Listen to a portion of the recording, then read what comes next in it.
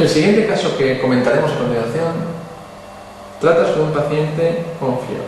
Vemos el enunciado. Un paciente de 25 años es ingresado en el hospital por fiebre desde hace un mes sin clara focalidad infecciosa. En un momento inicial, ¿cuál de las siguientes pruebas sería la de mayor utilidad para el estudio del enfermo? Nos plantea como primera opción la historia clínica y exploración física, la 2, la toma de hemocultivos, la 3, realización de radiografía torácica, la 4, una biopsia hepática o la quinta, una biopsia de neurólogo. En primer lugar, habrá que definir ante qué situación clínica nos encontramos. Se trata de un sujeto joven que ingresa en el hospital por fiebre de un mes de duración en el que no se aprecia una focalidad infecciosa clara. La primera cuestión sería: ¿se trata de un paciente que cumpla criterios de lo que conocemos como fiebre de origen desconocido? Pues estrictamente no podemos establecer aún este diagnóstico. Esta entidad, definida ya hace bastantes años, surge ante la demostración, ante la evidencia de que había determinado grupo de enfermos que presentaban fiebre prolongada, donde se hacía una serie de estudios sin encontrar un diagnóstico en una fase inicial y que finalmente este grupo de sujetos respondían a una serie concreta de etiologías más habituales. Por ello, los autores que la definieron establecen la definición de fiebre de origen desconocido. Por ello, los autores que definieron esta entidad consideraron que existía fiebre de origen desconocido cuando un enfermo cumplía estos criterios. En primer lugar, la temperatura, una temperatura elevada, generalmente mayor a 38, la duración de la misma ya ser superior a 3 semanas, y en aquellos momentos establecieron que para considerar que un paciente tenía fiebre de origen desconocido era necesario que tras una semana de estudio hospitalario no se evidenciase un diagnóstico evidente. Si el enfermo cumplía estos requisitos, se establecía el diagnóstico de fiebre de origen desconocido. Lógicamente, los diferentes avances que ha habido en medicina, no solo en el laboratorio, sino también en las pruebas de imagen, han condicionado que las etiologías de fiebre de origen desconocido hayan cambiado. Hay que tener en cuenta que cuando se hizo esta definición no existía la ecografía, no existía la TAC, no había un desarrollo como tenemos actualmente las pruebas de laboratorio, las pruebas de microbiología, y por lo tanto muchos procesos infecciosos que hoy en día nos sacamos simplemente una ecografía, un absceso hepático, podían ser causa de fiebre de origen desconocido. En aquel entonces las enfermedades infecciosas eran sin duda la causa más frecuente de fiebre de origen desconocido. Actualmente, aunque muchas series y muchos trabajos siguen señalando que son la etiología más habitual, otros autores consideran en determinados medios que las infecciones ya no son tan frecuentes como responsables de esta entidad. Y así, por ejemplo, queda hoy en día claro que en el paciente anciano la causa más frecuente de fiebre de origen desconocido es una enfermedad inflamatoria, una vasculitis, la artritis de células gigantes. Es cierto que todavía las infecciones pueden tener un peso importante y que cuando hablamos de infecciones en este grupo de pacientes, la tuberculosis es la primera a considerar. Pero también otros procesos como las neoplasias, el linfoma, aunque hoy en día es más fácil gracias al TAC diagnosticar un linfoma, pero estas neoplasias que pueden pasar más desapercibidas, como el cáncer de colon, son entidades importantes como causa de fiebre de origen desconocido. En los jóvenes, por ejemplo, estas enfermedades de tipo inflamatorio o inmunológico, como la enfermedad de Still, una artritis crónica juvenil, o enfermedades ya más fáciles de diagnosticar generalmente, como el lupus, otras enfermedades inflamatorias, pueden ser también causa de fiebre de origen desconocido. De tal forma que hoy en día se ha hecho una redefinición y se habla de fiebre de origen desconocida clásica, que es aquella similar a la que presentaban nuestros autores, fiebre mayor de 38, más de 3 semanas, pero ellos establecen que para la categoría de fiebre de origen desconocido sea suficiente 3 días de estudio hospitalario, en donde al menos dispongamos de unos hemocultivos negativos. También se puede hacer el estudio de forma ambulatoria. Además, estos autores no solo definieron la fiebre de origen desconocido clásica, sino que en los últimos años establecieron también la fiebre de origen desconocido nosocomial, la fiebre de origen desconocido neutropénico y la fiebre de origen desconocido en el paciente VIH.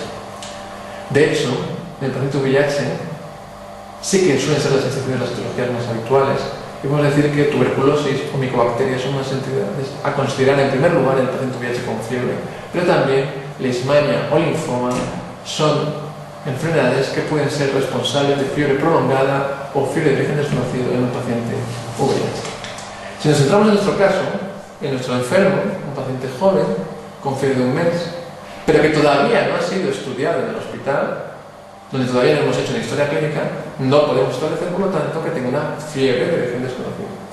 Establecer esta definición de fiebre desconocida nos permite tener un protocolo de actuación y saber qué estudios que ya están protocolizados habría que realizar a un paciente que presenta fiebre prolongada o fiebre de origen desconocido. Una serie de pruebas de imagen, una serie de pruebas de laboratorio y que realizar en momentos determinados.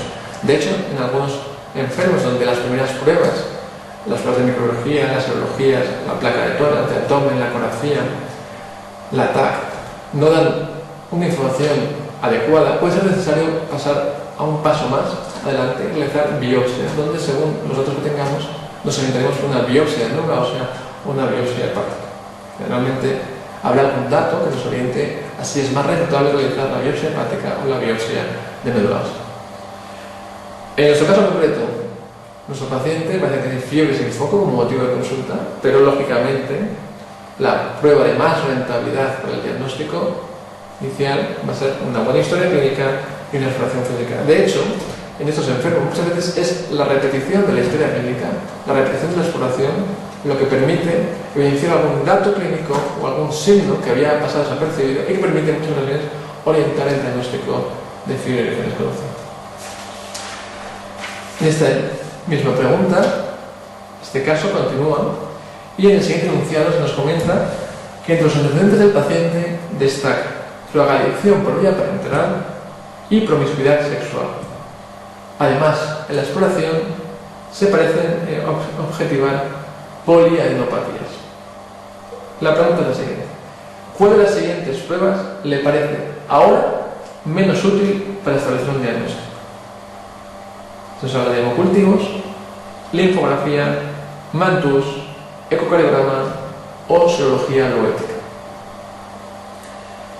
Analicemos el caso clínico de este enfermo. Se trata de un paciente joven, 25 años, con fiebre prolongada de un mes y que tiene como antecedentes la drogadicción por vía parenteral, usuario con droga por vía parenteral y la promiscuidad sexual, es decir, factores de riesgo para ETS. En la exploración existen anopatías. Por lo tanto, si sintetizamos el caso de un paciente adicto a drogas con riesgo de ETS, de enfermedad de transmisión sexual por promiscuidad, que tiene fiebre y anopatías. Pues bien, lógicamente, lo primero, antes de establecer qué prueba diagnóstica sería útil o no, sería establecer qué sospechas diagnósticas podríamos obtener en un caso como este, en un sujeto con estas características. Fiebre y anopatías, fiebre prolongada. Pues bien, sus antecedentes sugieren varias posibilidades. Lógicamente, el hábito tóxico, la drogadicción parenteral, puede sugerir una endocarditis. La endocarditis puede causar con fiebre, por supuesto, y en ocasiones anopatías. Una posibilidad sería una endocarditis. En ese sentido, los hemocultivos serían una prueba adecuada. Sabemos que los pacientes adictos, la tuberculosis, tanto las formas pulmonares como muy frecuentemente las extrapulmonares, son más habituales que la población general. Por lo tanto, la presencia de fiebre y adenitis, una adenitis tuberculosa, es otra posibilidad en este enfermo. Luego, un mantus, como señala la opción 3, parece también una opción razonable. Al ser un paciente con antecedentes de promiscuidad, hay que tener en cuenta algunas ETS. Fiebre y anopatías es una causa de síndrome mononucleósico, una expresión de síndrome mononucleósico, y por lo tanto, entidades como la sífilis, la nubes, pueden también considerarse, ya que la sífilis, en su fase de secundarismo, se puede expresar como un síndrome mononucleósico. Fiebre y anopatías. Luego, la serología loética sería otra opción razonable. El ecocardiograma, que nos ofrece la opción 4, también pues, hemos considerado, como hemos dicho antes, una endocarditis. Y, además de estas entidades, lógicamente, en un paciente joven que se presente con fiebre y anopatías, siempre hay que considerar una neoplasia, que es el linfoma. Ahora bien, ¿es útil actualmente la linfografía para el diagnóstico de esta entidad? Pues no, la técnica que ya utilizamos, que ha sido sustituida por la TAC. La TAC permite determinar el tamaño, los grupos adenopáticos, sería la técnica a utilizar. Por lo tanto, en este caso, la opción 2 sería la linfonofilia. Sería mucho más adecuado realizar un ataque toracoabdominal o cérvico-toracoabdominal.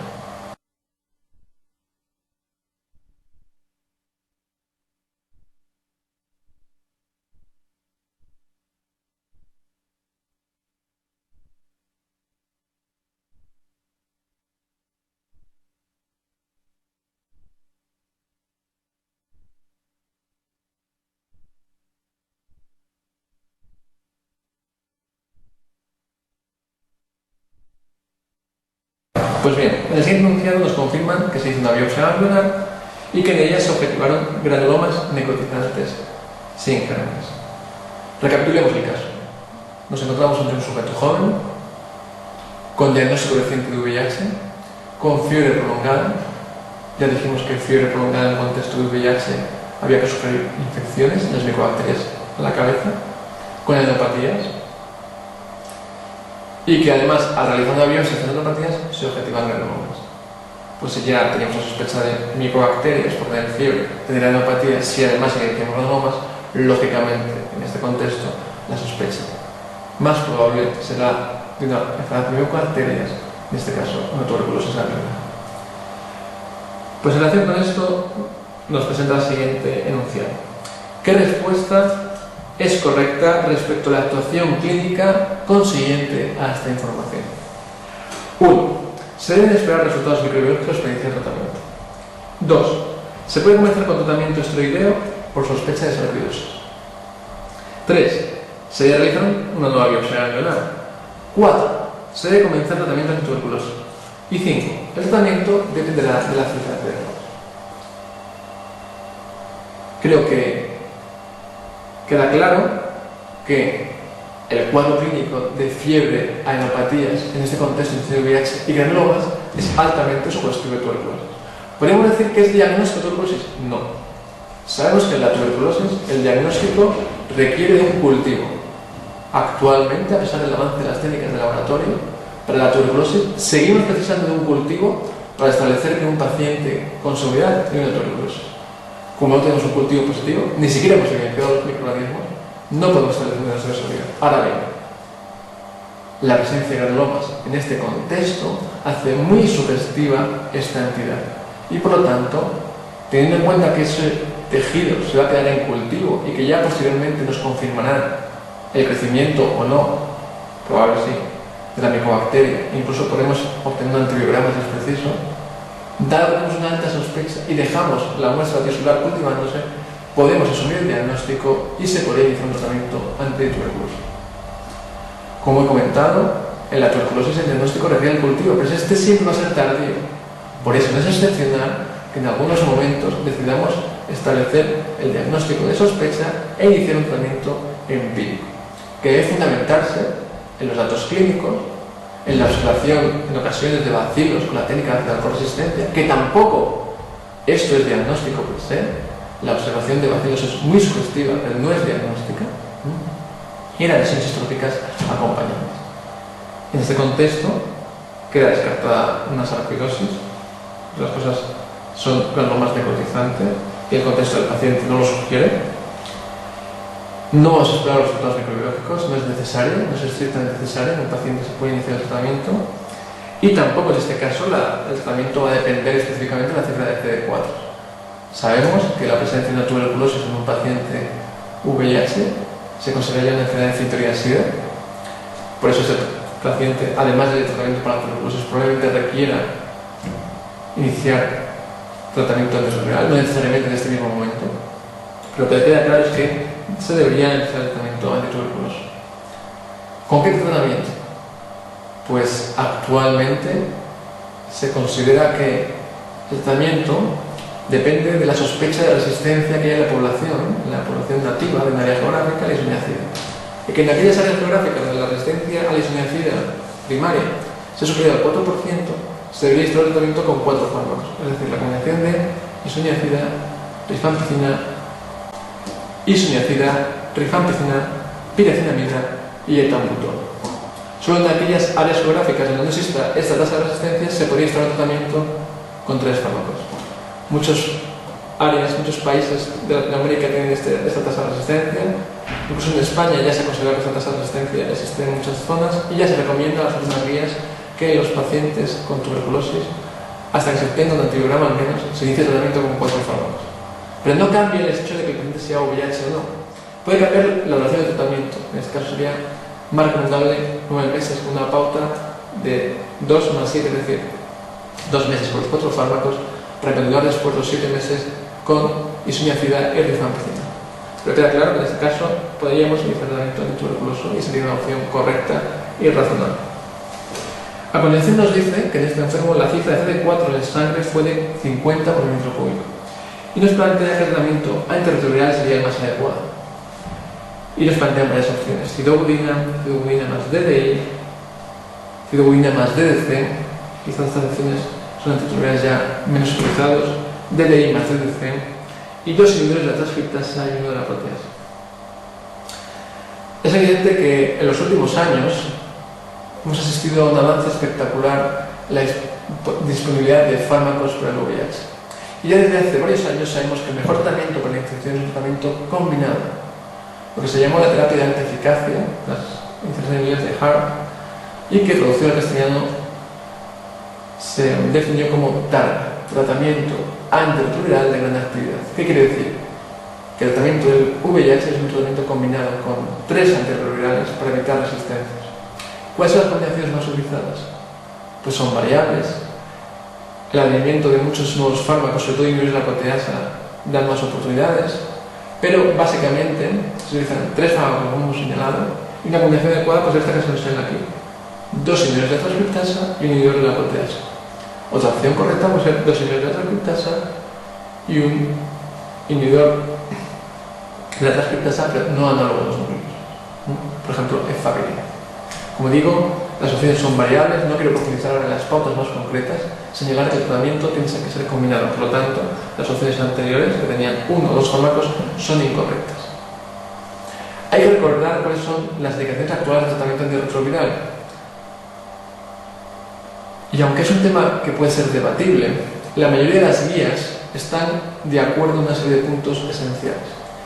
Y es que los CD4 condicionan el pronóstico del paciente. Por lo tanto, nuestro objetivo a la hora de tratar a un paciente con infección VIH ha de ser evitar el deterioro de su inmunidad, a fin de que esta inmunidad deteriorada no favorezca el advenimiento de procesos oportunistas. Por lo tanto, sabemos que hay una cifra muy peligrosa, que es la de los 100 CD4. A partir de esta cifra aparecen muchos indicios oportunistas. Por ello, se ha puesto un margen de seguridad previo en 650 CD4 y se recomienda instalar el tratamiento en aquellos pacientes que, aun estando asintomáticos, tengan menos de 350 CD4. Son las recomendaciones generales. Lógicamente, si el enfermo ya ha expresado una enfermedad de tipo oportunista, las que incluimos en la categoría o bien B, que son aquellas más leves, la candidiasis, orofaringia, la trombopenia por VIH, la displasia de cervix o de recto, la leucoplasia villosa oral, o cualquiera de las que conforman la categoría B, o estamos ante una de las entidades de la categoría C, las típicas que definen el SIDA, el 100% la tuberculosis, etc. En ese caso, infecciones tipo B o tipo C, por supuesto que estaría indicado instalar tratamiento antirretroviral. Luego, las indicaciones son sencillas, serían pacientes con cualquier proceso oportunista, categorías B o C generalmente, algunas de ellas solo hablan de las C, pero en general se suele considerar B y C conjuntamente como indicación de tratamiento, o cualquier sujeto que tenga menos de 350 CD. Aparte estarían, y no vamos a entrar ahora de lleno en ellas, las indicaciones de tratamiento de la embarazada, pero eso ya entraría en el campo de las profilaxis o los contactos. En la embarazada podemos tratarla si ella lo precisa, pero nuestro objetivo ante una mujer embarazada va a ser evitar la exposición al niño, al feto. Por lo tanto, lo que hacemos con la embarazada es, en el momento que sabemos que está embarazada, generalmente a partir del segundo trimestre, empezar un tratamiento antirretroviral potente que permita que la embarazada esté con una carga viral indetectable el mayor tiempo posible y que llegue al parto en una situación de carga viral indetectable. Si esta circunstancia se produce, actualmente, si la embarazada llega al parto con carga viral indetectable, no sería preciso realizar cesárea como se recomendaba años atrás, sino que se considera que el parto puede ser seguro en esta situación, dado que la baja carga viral hace improbable la transmisión. De tal forma que hay una transmisión espontánea del VIH materno-fetal en los primeros momentos de la enfermedad del 30%, actualmente se aproxima, siguiendo las recomendaciones, las pautas adecuadas, casi una transmisión cercana al 0%. Y como digo, no es necesario recurrir siempre a la cesárea. Por lo tanto, la respuesta correcta en este caso sería la opción 5. Dosis de la transcriptasa y no de la proteasa. Hay que recordar que los inhibidores de la proteasa se asocian a efectos metabólicos, efectos lipídicos importantes, y aunque hay algunos fármacos que han ido superando estos defectos, estos déficits, pues es un aspecto considerable en este grupo de pacientes.